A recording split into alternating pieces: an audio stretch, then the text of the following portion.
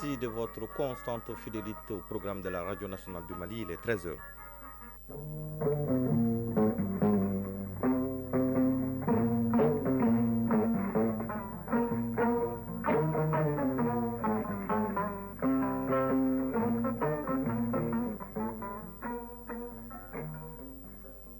Le journal Bemba Sibi.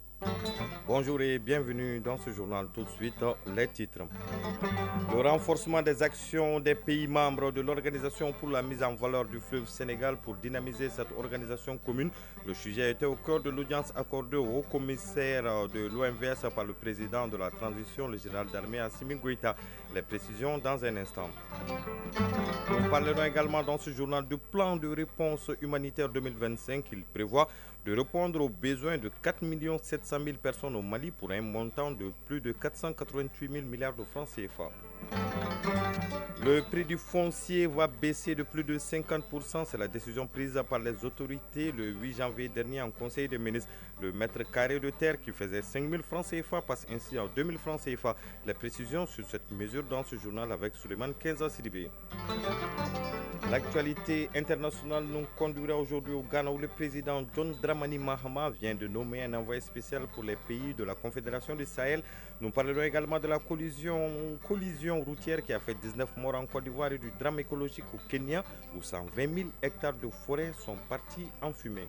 Et dans une vingtaine de minutes, vous aurez l'essentiel de l'actualité sportive avec Aridou Matina. Il sera question notamment de la 9e journée du championnat national de première division, d'éliminatoire de la CHAN et de la Ligue des champions d'Europe. Voilà pour les titres. Une fois de plus, bonjour et bienvenue dans ce journal. Le président de la transition, chef de l'État, le général d'armée Assimi Goïta a donc reçu en audience hier le haut-commissaire de l'Organisation pour la mise en valeur du fleuve Sénégal, OMVS. Il était porteur des messages du président de la République islamique de la Mauritanie, non moins président en exercice de la conférence des chefs d'État et de gouvernement de la dite organisation. Ce message porte essentiellement sur le renforcement des actions des pays membres de l'OMVS pour dynamiser cette organisation commune. Pour plus de détails, nous vous proposons d'écouter Mohamed Abdelveta, haut-commissaire de l'Organisation pour la mise en valeur du fleuve Sénégal, OMVS. Il est au micro de Tamsir Djabati. Permettez-moi d'abord de remercier son Excellence pour l'hospitalité qui témoigne des liens séculaires, d'amitié, de fraternité et de coopération entre les différents pays de notre organisation commune, l'Organisation pour la mise en valeur du fleuve Sénégal, qui est citée comme modèle réussi de coopération et d'intégration régionale au service de nos populations. Le message porte sur la volonté et l'engagement commun des chefs d'État et de gouvernement de l'OMVS de toujours renforcer, de dynamiser cette organisation commune au service de nos populations. Son Excellence, le général d'armée Assimi Goïta, président de la transition, chef de l'État de la République du Mali, m'a chargé de transmettre ses salutations fraternelles à son frère et ami, son Excellence, Monsieur le Président Mohamed Ould Cheikh El Ghazouani, président de la République islamique de Mauritanie et président en exercice de la conférence des chefs d'État et de gouvernement de l'OMVS, et à réitérer son engagement ferme à toujours renforcer notre organisation commune, l'Organisation pour la mise en valeur du fleuve Sénégal. Le plan de réponse humanitaire 2025, on en parle, il a été lancé hier au Centre international de conférence de Bamako. Ce plan prévoit de répondre aux besoins de 4 700 000 personnes au Mali pour un montant de plus de 488 milliards de francs CFA. Il est élaboré par l'ensemble des acteurs nationaux et internationaux évoluant dans le domaine humanitaire. Le point de ce lancement avec Koumba Sissi. Après environ 6 mois d'études sur le terrain pour diagnostiquer le besoin des populations, précisément les personnes déplacées, les victimes d'inondations et autres sujets en position de vulnérabilité, le gouvernement du Mali et ses partenaires ont élaboré le plan de réponse humanitaire 2025 pour soulager la souffrance des personnes concernées. Assaba Diallo Touré, ministre de la Santé et du Développement social. Malgré les efforts consentis, il convient de noter que 6,4 millions de personnes, soit 27,7% de la population actuelle, ont besoin d'aide humanitaire et de protection.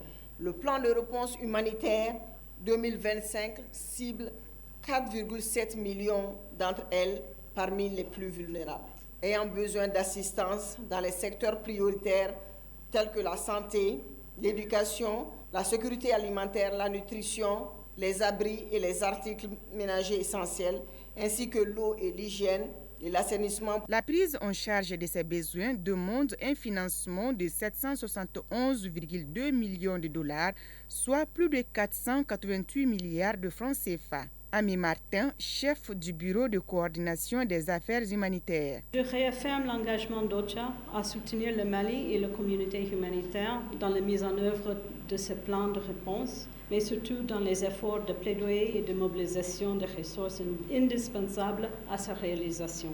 Je tiens à remercier les donateurs dont les généreuses contributions au plan de réponse en 2024 ont permis de sauver des vies, apporter de réconfort et de l'espoir à ceux et celles qui sont tout perdus. Ce plan de réponse humanitaire 2025 doit prendre en compte les aléas climatiques, les urgences sanitaires et autres besoins engendrés par les conflits et les violences dans tout le pays. Je vous le disais en titre, le Conseil des ministres en sa session du 8 janvier dernier a décidé de la baisse du prix d'accès aux biens fonciers en République du Mali. Le décret d'application va intervenir dans les tout prochains jours. Si la terre faisait 5 000 francs CFA au mètre carré jusqu'ici, avec la nouvelle loi, le prix revient à 2 000 francs CFA. Le président de la transition, le général d'armée Assimi Goïta, en a décidé ainsi pour permettre au maximum de Maliens d'accéder à la terre, mettre fin aux litiges fonciers et apaiser le climat social. Faisons le point avec Souleymane Kenza Sidibé. Le président de la transition, le général d'armée Assimi Goïta, chef de l'État, décide pour permettre aux Maliens d'accéder facilement en toute sécurité à la terre.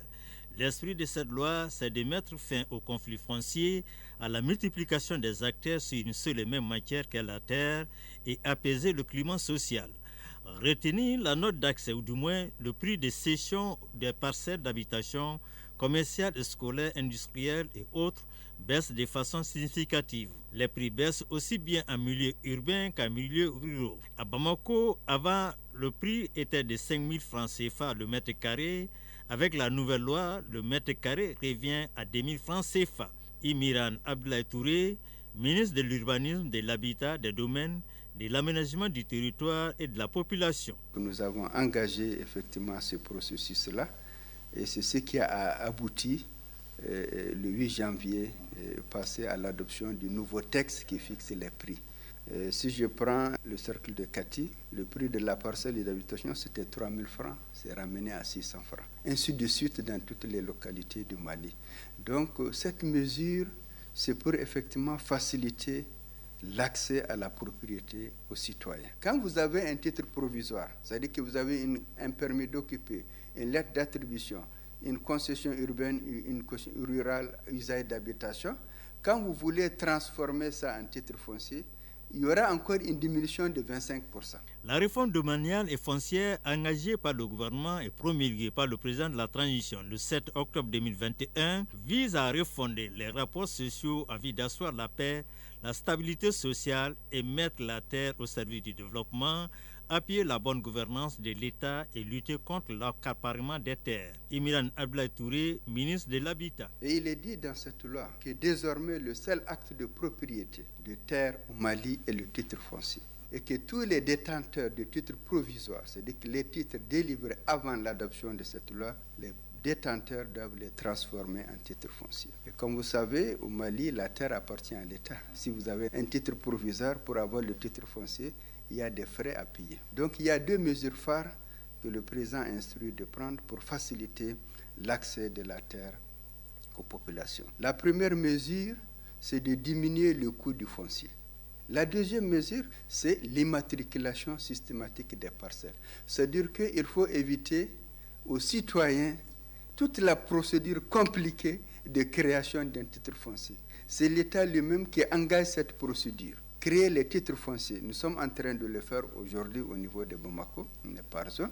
Une fois qu'on termine une zone, on va passer des communiqués aux citoyens pour dire, en tout cas, toutes les personnes qui ont des parcelles dans telle zone, vous pouvez vous adresser au service des domaines compétents pour avoir votre titre foncier. Sans tracasserie aucune. Vous faites seulement une simple demande, vous joignez l'acte qui prouve que la parcelle vous appartient. Voilà, et ils vont faire les vérifications, calculer les frais qu'ils devraient payer et vous les notifier. Il convient de préciser que l'accès aux biens fonciers relève désormais des domaines de l'État ou de ses démembrements. Aujourd'hui, vous avez plusieurs acteurs qui donnent les maires, les préfets, les sous-préfets, les chefs de village, tout le monde s'adonne à l'attribution de parcelles. Et c'est même l'occasion de parler d'une situation malheureuse qui a été constatée au niveau du site réservé pour la centrale solaire de Safo. Je crois que le président, dans son adresse aux forces vives de la nation, a établi tout ça. Donc, il les a informés comme quoi, malgré qu'il ait posé la première pierre de la centrale, les autorités municipales ont continué à délivrer des actes. Moi, mon message, c'est aux citoyens maliens. On a fait plusieurs communiqués pour leur dire de ne plus accepter les actes délivrés par un préfet, un sous-préfet ou un maire aujourd'hui en République du Mali. C'est des actes qui ne sont plus valables. Le seul acte valable au Mali aujourd'hui, c'est le titre foncier. Il appartient à chacun de nous de bien veiller à l'application des dispositions de la nouvelle loi. C'est là pour le bien de tous. Radio Mali à Kidal et environ 97.5 MHz en FM. Et dans la cité de Ladrar, le président de la délégation spéciale du conseil régional de Kidal et ses membres ont été renvoyés à leurs nouvelles fonctions par le chef de l'exécutif régional, le général de division Elhadji Gamou. La cérémonie d'installation a été marquée par la présence de toutes les forces vives de la région. Le reportage de Sidi El Midi Ag Al-Baka.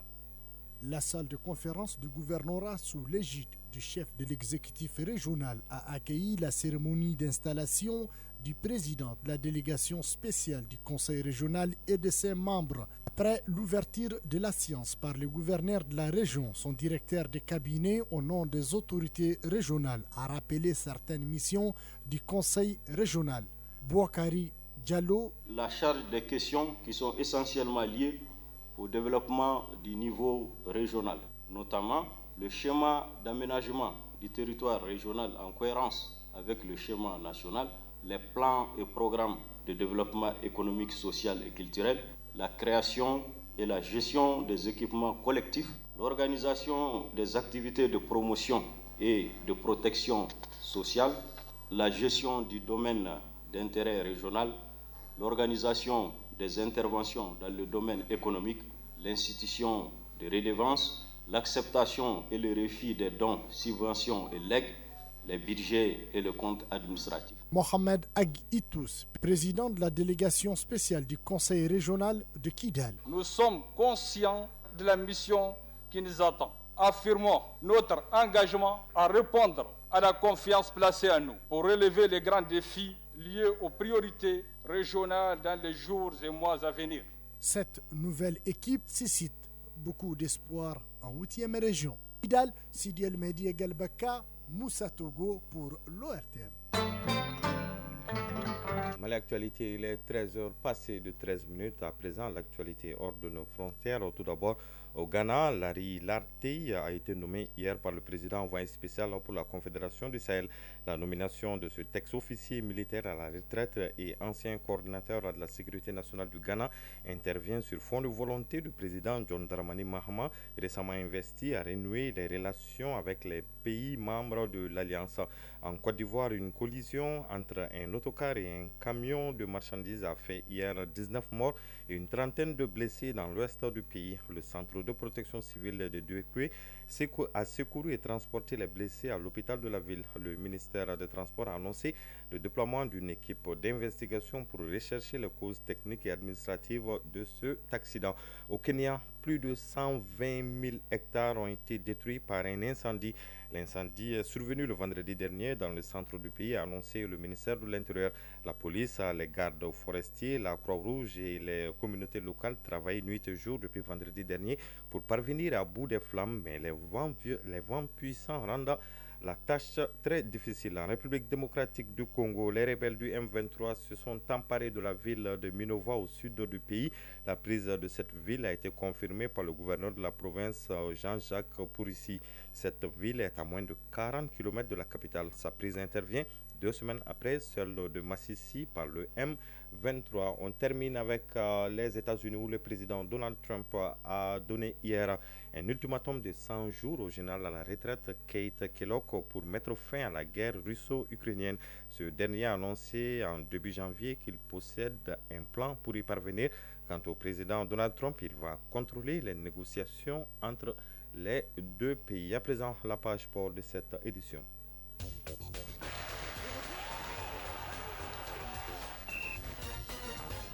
Dans cette page sport, il sera essentiellement question de football. Tout d'abord en Europe, suite et fin ce soir de la 7e et avant-dernière journée de la première phase de la Ligue des Champions. Nouvelle formule sur le continent, championnat d'Afrique des Nations. La Guinée équatoriale gagne sur tapis vert face au Congo et sera à la phase finale de la compétition. Et au plan national, démarrage hier de la 9e journée du championnat national de première division. L'Union sportive de Bougouba est provisoirement le nouveau leader. Le point de l'actualité sportive avec Aridou Matina. Football, championnat national Ligue 1 professionnel, la 9e journée se poursuit aujourd'hui. Au stade Maodo Konaté à 16h, Afrique Football Elite affronte Binga FC et juste après à 18h, les étoiles du Mané croisent l'AS Bakaridian. Fin de la 9e journée jeudi avec les oppositions Stade Malien de Bamako FC Diara et Djouliba Athletic Club AS Police. Cette 9e journée a démarré hier mardi. L'USFAS qui était sur une bonne dynamique s'est incliné 1-0 devant l'US Bougouni. Même score d'1-0 de l'AS Real face à l'association sportive de Kourfina ASCO et victoire 1-0 de l'US Bougouba contre les 11 créateurs de Nyarela. Du coup, Bougouba prend provisoirement la tête du championnat avec 17 points. Sur le continent, aussitôt, les matchs de poule de la Ligue des Champions et de la Coupe de la Confédération ont pris fin. La CAF donne des précisions sur le classement des meilleurs championnats d'Afrique. Ainsi, les 12 premiers pays de ces classements auront 4 clubs la saison prochaine. 2 en Ligue des Champions et 2 en Coupe de la Confédération. Ces 12 pays sont l'Égypte première, 2e le Maroc, 3e l'Algérie, 4e l'Afrique du Sud, 5e la Tunisie, 6e la Tanzanie, 7e l'Angola, 8e la RD Congo, 9e le Soudan, 10e la Côte d'Ivoire, 11e la Libye et 12e le Nigeria, qui était à la lutte avec le Mali. Finalement, suite aux éliminations du Stade Malien de Bamako et du Djouliba Athletic Club en phase de poule, cette 12e place, synonyme de 4 places la saison prochaine, va revenir au Nigeria. Néanmoins, le Mali qui était 15e remonte à la 13e place. CHAN 2025, dont la phase finale est prévue au mois d'août au Kenya, en Ouganda et en Tanzanie. Le Congo, qui s'est qualifié sur le terrain, a été disqualifié suite à une décision du jury disciplinaire de la Confédération africaine de football. Une décision qui fait suite à une réclamation déposée par la Guinée équatoriale après sa double confrontation contre le Congo les 21 et 29 décembre 2024. Par conséquent, le Congo perd les 2 rencontres par forfait de 3-0 selon la commission du jury disciplinaire de la CAF. La Guinée équatoriale gagne ainsi sur tapis vert et sera à la phase finale et évoluera dans le groupe D composé du Sénégal, du Soudan et du Nigeria. Ligue européenne des champions, la compétition phare des clubs en Europe a repris ses droits hier mardi avec la première partie des rencontres de la 7e journée. Liverpool et le FC Barcelone, suite à leur victoire respectivement 2-1 face à Lille et 5-4 contre Benfica, se qualifient et ne joueront pas les barrages. Toujours hier, l'AS Monaco s'impose 1-0 face à Aston Villa. Victoire 5-0 d'Atalanta contre Sturm d'Autriche. L'Atlético Madrid bat 2-1 le Bayer Leverkusen. Même score pour Bologne face au Borussia Dortmund. L'Étoile rouge de Belgrade s'incline devant le PSV Eindhoven. Et défaite de Slovan Bratislava 3-1 devant Stuttgart. Suite et fin de cette 7e journée ce mercredi avec 9 rencontres. Déjà à 17h45, il y aura Leipzig Sporting et Shakhtar Donetsk Stade Bressois. À 20h, il y aura 7 affiches. Milan AC jouera contre Girona. Celtic Glasgow affronte Young Boys Bern de Suisse. Feyenoord Rotterdam accueille le Bayern Munich. L'Inter Milan se déplace chez le Sparta Prague. Arsenal reçoit le Dynamo Zagreb. Le Real Madrid affronte Salzbourg d'Autriche. Et puis le choc Paris Saint-Germain Manchester City. À 13h passées de 19 minutes, on prend fin ce journal qui vous a été présenté par Bemba Sibi. La mise en onde a été assurée par Absi Traoré et Foussini Sissoko. La mise en ligne était aux commandes Badji Touré, une réalisation de Aram Maïga, coordination Ousmane Daw. Tout de suite, Kanikeita sera là pour les avis communiqués. Prochain rendez-vous avec l'information sur la zone de la Radio Nationale du Mali, c'est à 19h30 avec Moïse Traoré. En attendant, passez d'excellents moments en compagnie des programmes de la Radio Nationale du Mali.